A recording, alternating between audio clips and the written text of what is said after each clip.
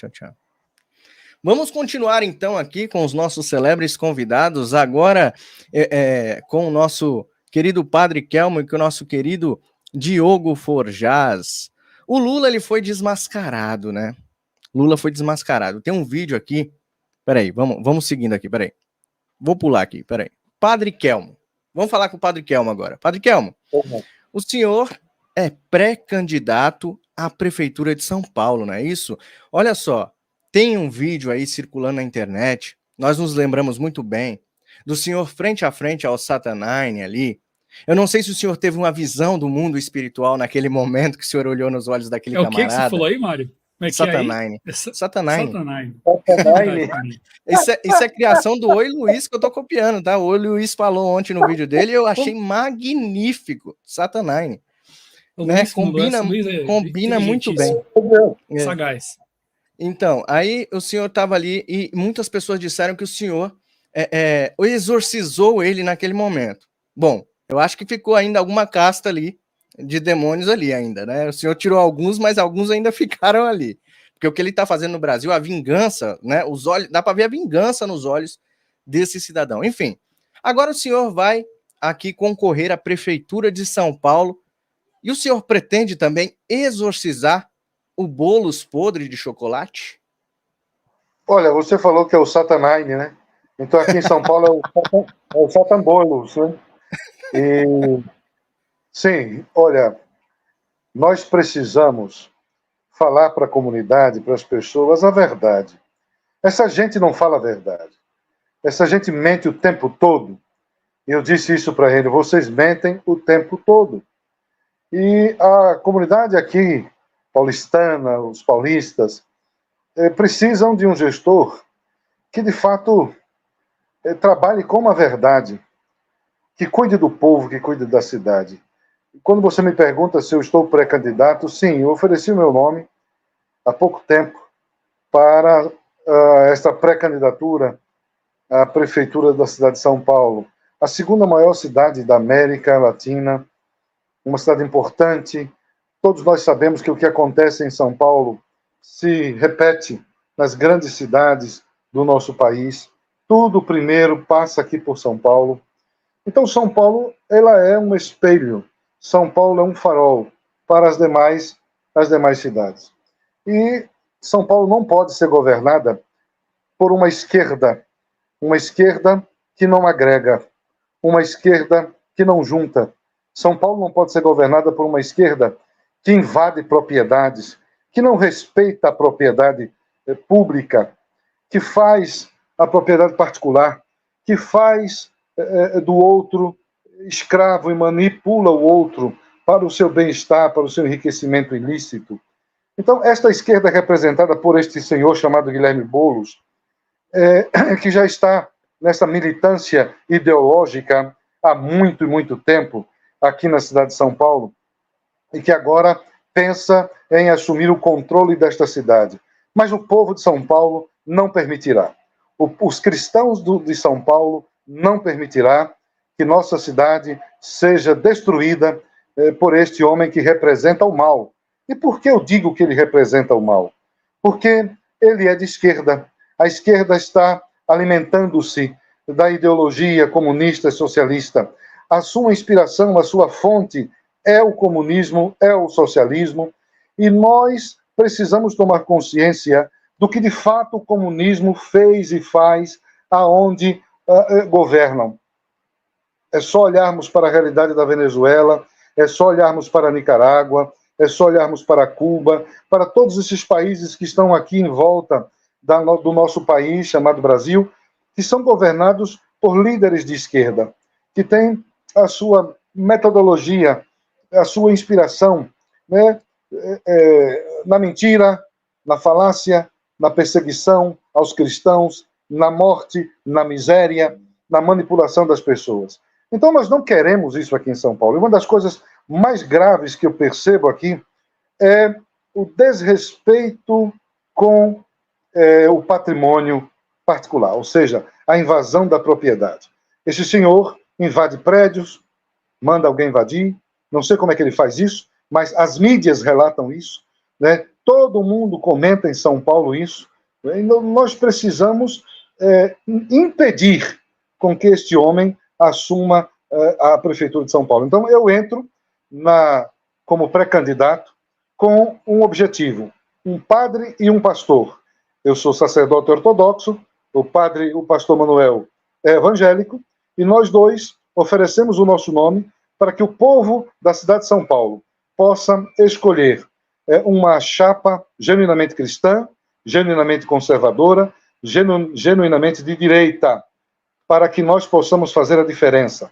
Se a cidade de São Paulo, como o Brasil, que se declara cristão, 84% da população se declara cristã, então, óbvio que os cristãos da cidade de São Paulo não aceitarão um governo de esquerda, que todos nós já sabemos qual é o método destes que governam com essas ideologias.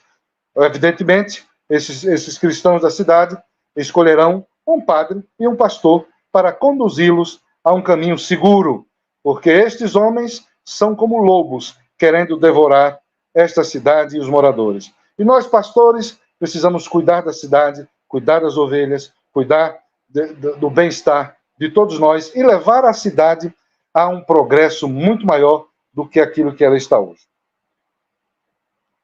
Excelente, padre. Excelente chapa também, né? Contra esses que são contra os cristãos, principalmente, né? Vem aí a chapa de Deus, né? A chapa para God. A chapa de Deus, gostei.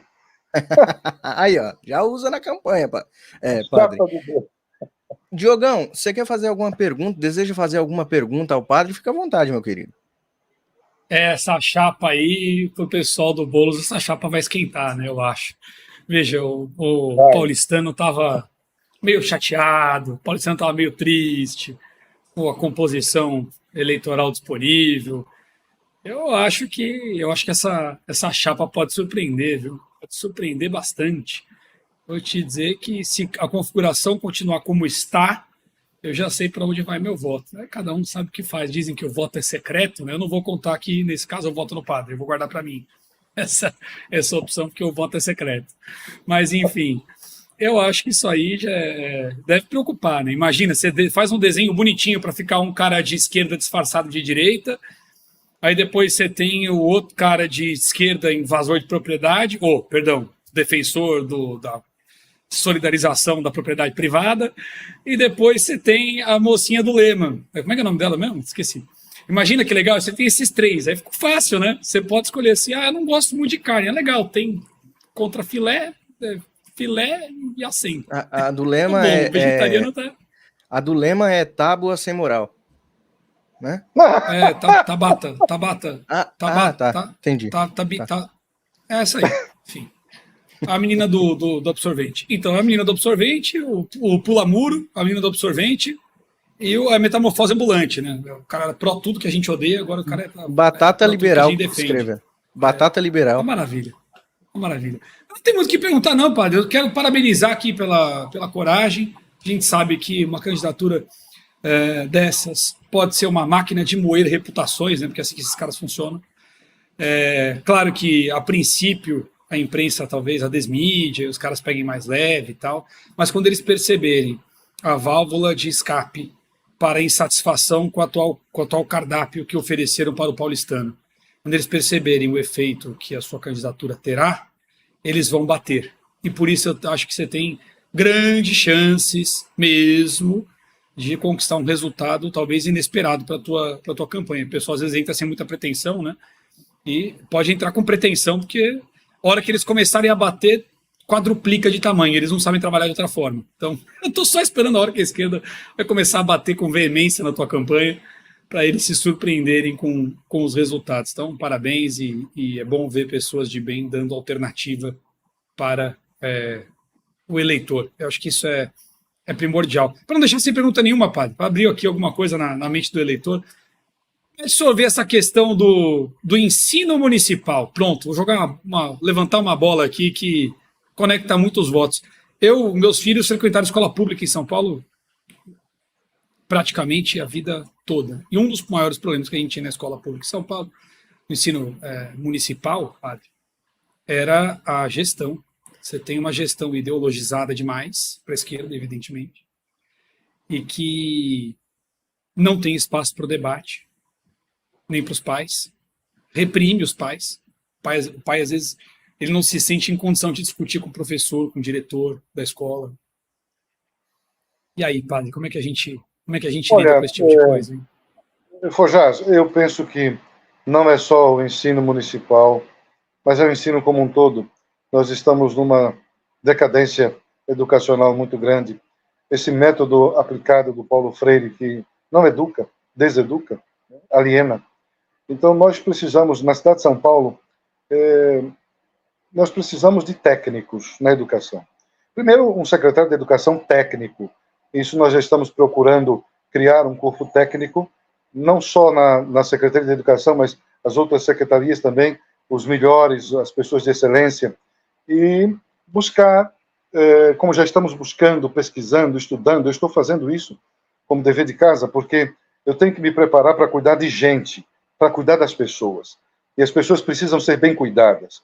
E eu tenho que ter essa responsabilidade como gestor público, assim como tenho como sacerdote numa paróquia que me preocupo na catequese das crianças, porque essas crianças precisam ser bem catequizadas, porque amanhã serão os jovens da minha paróquia, que depois serão os cristãos adultos, e precisam todas estas fases muito bem preparadas e bem feitas. Então eu preciso preparar bem o catequista, eu preciso dar subsídio ao catequista, para que o catequista desenvolva-se e se prepare melhor, para educar melhor e preparar melhor aquele que vai ser o cristão da paróquia. Da mesma forma, eu preciso fazer também como gestor público. Eu preciso cuidar muito bem do meu professor. Eu preciso preparar, capacitar melhor o meu professor, remunerar melhor o meu professor. Então eu tenho que cuidar do professor, em primeiro lugar, e cuidar do método que nós vamos utilizar de educação para que nós tiremos das salas de aulas e da cabeça dos professores as ideologias esquerdopatas que estão aí impregnadas e sendo disseminadas no dia a dia das nossas escolas. A escola é lugar de ciência. A escola é para aprender ciência, matemática, geografia, português, história, e não para que a criança vá discutir problemas de sexualidade e vá tentar tocar no seu corpo, né, com 7, 8 anos de idade. Nós vimos isso nos governos anteriores, que até kit gay se criou para introduzir nas escolas. Isso é uma aberração, isso é um absurdo, é uma falta de respeito com as nossas crianças, é tentar destruir o futuro que começa com as crianças. Então, no meu futuro governo, se assim Deus permitir, eu ainda sou um pré-candidato, mas eu vou trabalhar, né, de forma exímia, dedicado, para cuidar do professor e cuidar para que esse professor desempenhe o seu papel como educador.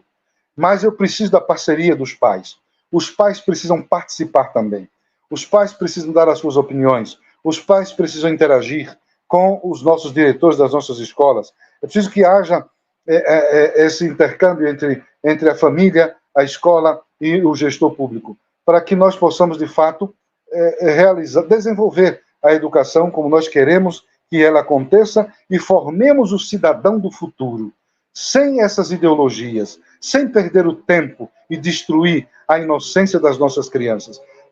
Naturalmente, a criança chegará ao seu momento de saber assuntos relacionados à sexualidade, e não impor a uma criancinha de 5, 6 anos que ela deve decidir se quer ou não quer ser homem ou mulher. Né? Isso é uma aberração, uma perca de tempo, e nós sabemos quem é aquela que introduziu todas essas pautas em nosso país, né? A vovó da sexualização das crianças, que está aí como vice deste Boulos, né? Então nós precisamos, eu vou cuidar muito, mas muito, pode acreditar, muito desta área da educação, porque nós libertaremos as pessoas e formaremos as pessoas, o cidadão do futuro, o médico, o advogado, né, o engenheiro do futuro, a partir dessa educação de base, que precisa ser muito bem feita, muito bem preparada pelo poder municipal, pela família, e assim essa parceria nós vamos conseguir vencer essa deficiência que nós temos na educação.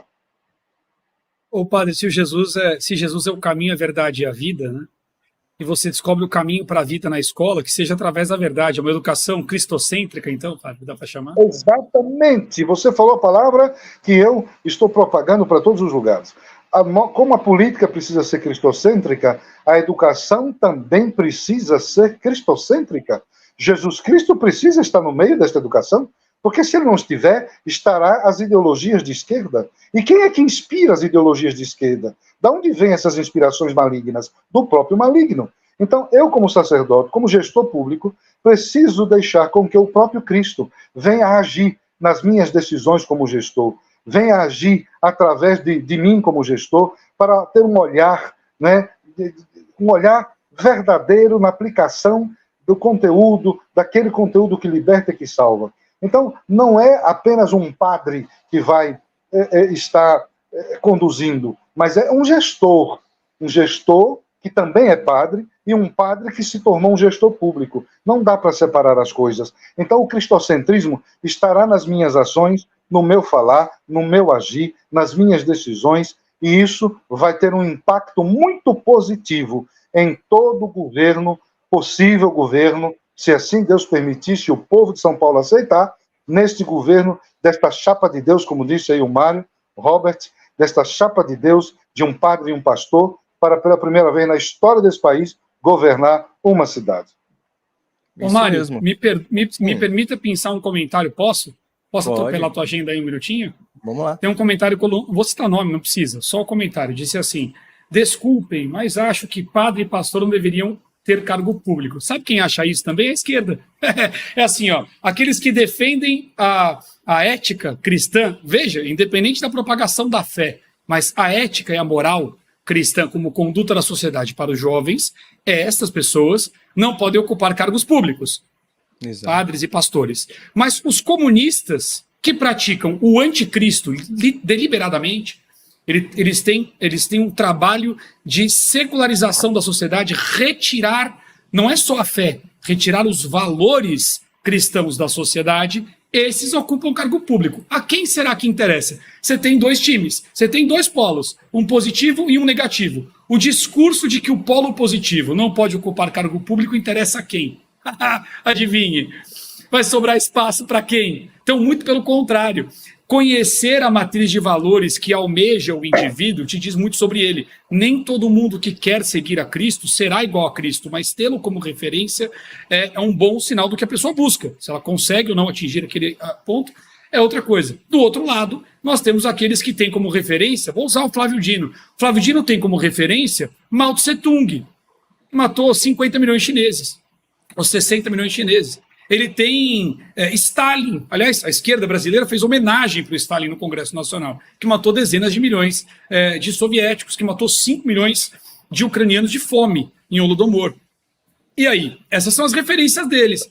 Por que esses que têm essas referências genocidas, verdadeiramente genocidas, podem ocupar cargos públicos, e aqueles que têm como referência o que defendeu, defende, representa a vida, não podem? Muito pelo contrário, eles precisam estar lá, sejam eles de batina, de gravata, ou talvez sem nenhuma delas, mas que tenham pelo menos uma boa referência. Perdão aí, Mário, mas essas máximas a esquerda cria e dispara na sociedade, e é assim que eles vão retirando as pessoas boas dos espaços. Aquelas máximas de cidadão honesto não vai para a política. Bom, se você partir dessa premissa e tratar todo mundo que está na política como desonesto por simplesmente estar na política, nunca haverá ninguém honesto na política. E a quem interessa isso? Aos desonestos. Da mesma forma, retirar quem defende Cristo interessa a quem? A quem está contra Cristo. E assim sucessivamente. Então, cuidado com essas máximas, pessoal. Não abracem isso, não. Isso aí quem planta é a própria esquerda. Quanto menos espaço nós ocuparmos, mais espaço sobra para eles e menos espaço sobra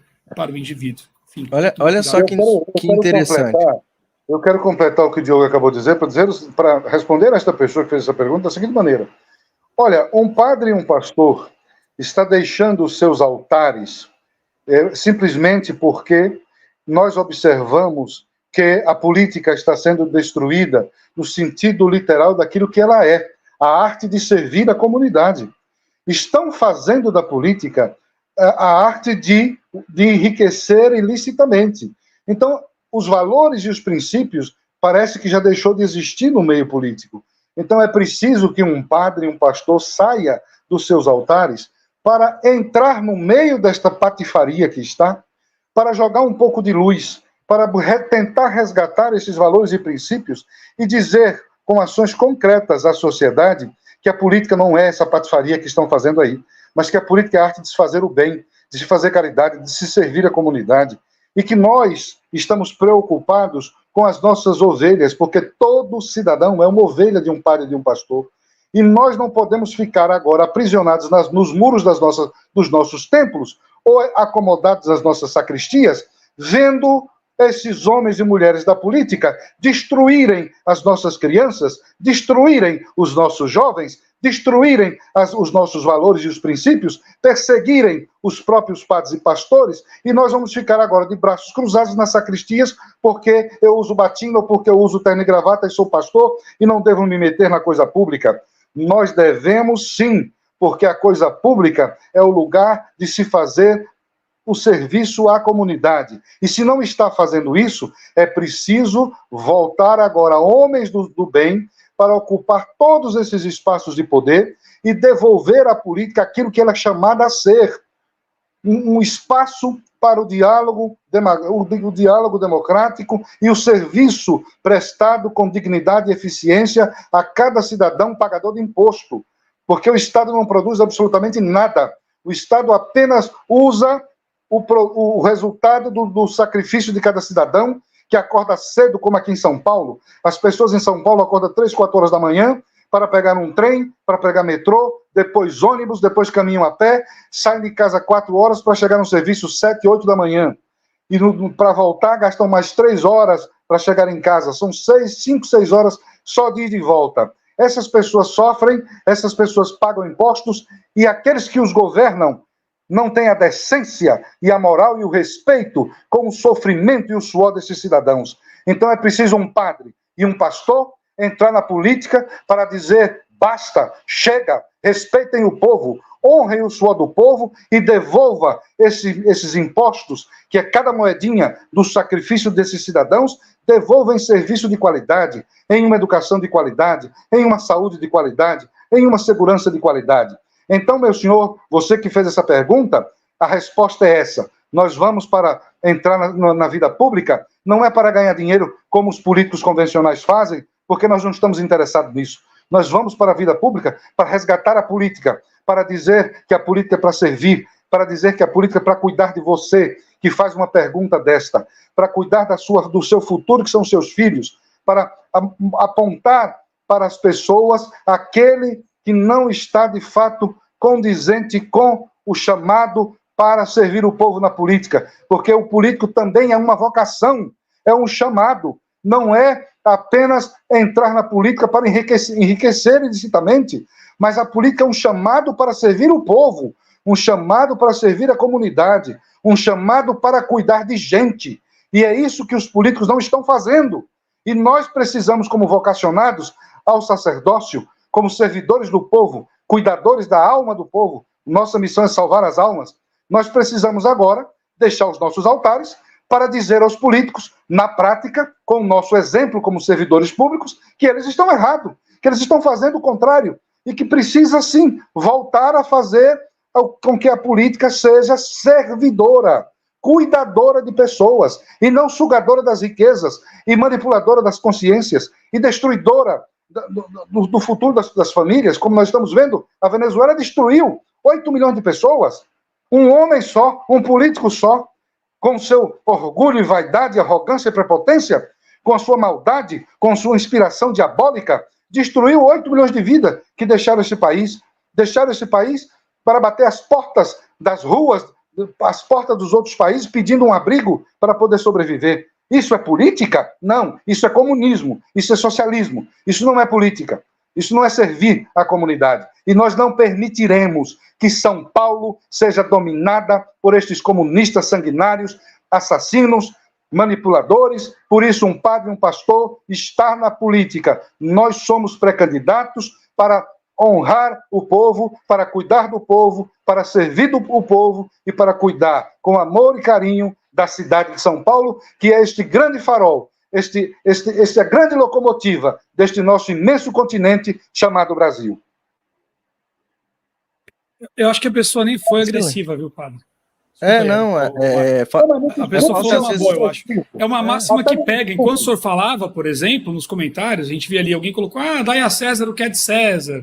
Então tá bom, querido. Só que, quer dizer o quê? Que o governo está separado da defesa dos seus valores? Parabéns, é tudo que a esquerda quer. Aí ela ocupa a posição de poder e com o poder de César, ela tira de você o que você acha que é de Deus. Por exemplo, na Nicarágua, dai a César o que é de César, a Deus o que é de Deus. Deu super certo. O pessoal lá está com muita liberdade para fazer o que é de Deus. Muita, deu muito certo. A política tem o poder de desenhar, definir e organizar a sociedade. Se você entrega este poder àqueles que têm valores diversos dos seus, ele vai criar regras, parâmetros e sanhas persecutórias em alguns casos, mecanismos persecutórios, que vão impedir que se propague os seus valores, porque ele vai defender os dele. Todas as pessoas têm valores, ainda que o valor desta pessoa seja a ausência de valores. Se você dá poder a esta pessoa de organizar a sociedade, ou a estas pessoas, elas o farão com base na sua matriz de valores, ainda que ela seja a ausência de valores. Portanto, como é que colocar uma pessoa que tenha como referência de valores morais, éticos, para a sociedade? Algo parecido com aquilo que você acredita pode ser ruim, por ser ou ter sido padre, ou pastor, ou padeiro, ou advogado. Que diferença faz? Veja que a segregação de referências de valor dos meios de poder é entregar os meios de poder àqueles que têm outras referências de valor. Este processo trouxe a sociedade ao estágio lamentável em que ele está hoje. Então, quando você dá a César o que é de César, a depender do César, talvez não sobre espaço para você buscar o que é de Deus. Vide Nicarágua, China, Coreia do Norte, Vietnã em algum certo período. E podemos seguir por aí, vai. Enfim, excelente. Sem querer estender muito mais o assunto, senão vai longe. Desculpa aí. Isso, nosso tempo tá estourando aqui, eu vou ter que pausar um pouco aqui essa conversa acalorada, mas muito abençoada, tá? É melhor um padre e um pastor assumir do que... Já pensou se nós tivéssemos um ladrão na presidente da República? Eu fico pensando nessas coisas. Vocês já pensaram se um ladrão sobe a rampa? Vocês já pensaram nisso? Se acontece isso aqui no Brasil? Então é melhor um padre, né, e um pastor assumirem os cargos públicos. Mas, padre, olha, antes de me despedir do senhor, eu tenho aqui algumas mensagens dos petistas, que inclusive estavam no chat aí relinchando, e eles mandaram aqui uma mensagem no celular aqui, dá só uma olhada. Não gostaram, não.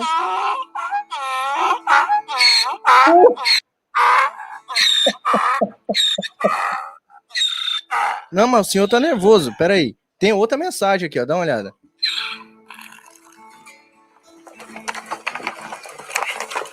Estão tudo doido. Estão tudo doido. Chapa de Deus, Padre Kelmo e pastor? Manuel Ferreira. Manuel Ferreira em São Paulo, para exorcizar, tirar os bolos podres da frente. É isso aí. Padre, eu agradeço. São Paulo, viu? Desembolorar, olha só que maravilha. Desembolora São Paulo, não tinha acelera São Paulo. Desembolora São Paulo. Desembolora São Paulo. Desembolora São Paulo. Vamos lá, vamos usar essas aí. Obrigado, padre. Muito obrigado pela presença do senhor. Foi maravilhosa, foi abençoada. Deus abençoe o senhor, a sua campanha, que venha gerar frutos para a cidade de São Paulo. É pré-campanha. Pré-campanha, desculpa. Isso mesmo. Deus abençoe. Um abraço. Deus abençoe. Vocês sigam o Padre Kelmo em todas as redes sociais, tá?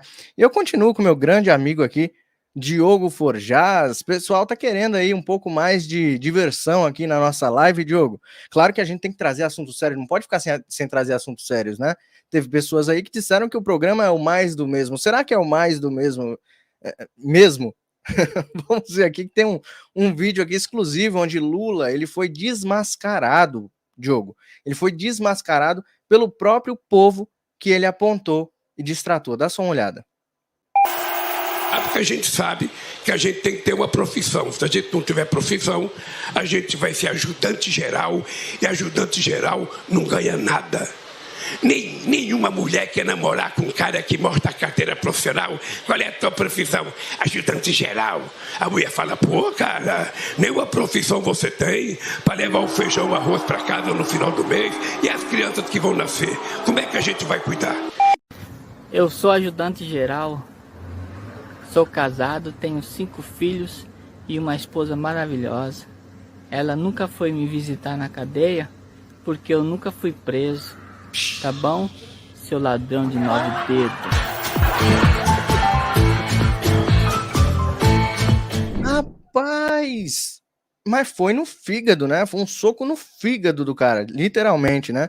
Quando a pessoa bebe muito, aí ele fala que dá um soco no fígado, né? Então, foi literalmente um soco no fígado. O cara é casado, o cara é servente de pedreiro, ou seja, o cara é ajudante geral, é dessa classe que o Lula atacou aí, né? E é exatamente para essa classe que o Lula disse que iria trabalhar, olha só.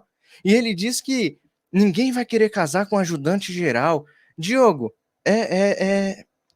ele quer lascar o Brasil mesmo, né? Não tem jeito, cara. É que a gente estava falando sobre a verdade, né? Sobre lascar o Brasil. Ixi, isso aí dá uma conversa longa, hein, Mário? Porque o que eles estão fazendo tem método, né? O pessoal acha que o PT está errando. Não está. Veja, o erro não tem previsibilidade, nem de planejamento, nem de impacto. No caso, o que eles fazem tem. É previsível. Tá tudo combinado. Né? Então, tem método. Enfraquecer a sociedade é um dos passos primordiais para dominá-la. Isso passa pelo enfraquecimento econômico e por aí vai. Então, é o que ele está fazendo. Agora, o que esse vídeo mostra é a verdade circulando, né? Quer dizer, proibiram lá no ano passado, durante as eleições, de falar que o Lula era amigo do Maduro, não pode falar que ele é ladrão, agora querem processar o Nicolas, porque ele falou lá fora, aquela coisa toda, né? Que adianta? Vai processar o país inteiro? Como é que vai fazer? É assim que o brasileiro se sente. Eu nunca fui preso, ele está falando ali. E aí? Como é que fica? Eu fui condenado por ser ladrão. Nunca tomei a condenação para ser descondenado pelo CEP. E aí? Qualquer um pode dizer isso, é verdade. Você já foi condenado por roubo e foi descondenado pelo CEP, não? Por ministro que você indicou? Não, nem eu. Mas o Lula, não sei se ele pode dizer isso. Pode? Acho que não, né? Não, acho que só casa no Brasil. Ele quis dizer que só casa no Brasil quem é presidiário e quando a esposa vai visitar em visita íntima, né? Acho que é isso que ele quis trazer ali para nós, né? Na verdade, porque é o que aconteceu com ele, né? Acho que as pessoas esquecem, mas nós não esquecemos, nós trazemos isso aqui, né? Eu quero agradecer a presença ilustre no nosso chat do nosso querido Sérgio Tavares de Portugal, nosso querido amigo que traz informações exclusivas sempre ali da Europa, fez uma live esses dias com o presidente Bolsonaro que repercutiu muito. Quero agradecer também, né, ao nosso querido e parceiro Canal Paródia Gospel, o Márcio do Canal Paródia Gospel, que também nos tá a sua presença ali, e o Bernardi, o nosso querido Bernardi aí, o presidente do Partido Conservador, que logo vai trazer mais novidades para nós aqui no Fator Político BR. Deus abençoe vocês, muito obrigado pela presença de vocês. E pedindo a vocês, é claro, minha audiência maravilhosa, que deixa o like, vai compartilhando, porque tem mais vídeos exclusivos aqui. Neste momento, eu vou pedir para minha produção colocar, olha só, nós temos agora uma repórter, ela foi ali entrevistar a baleia que Bolsonaro aportunou, né? Que Bolsonaro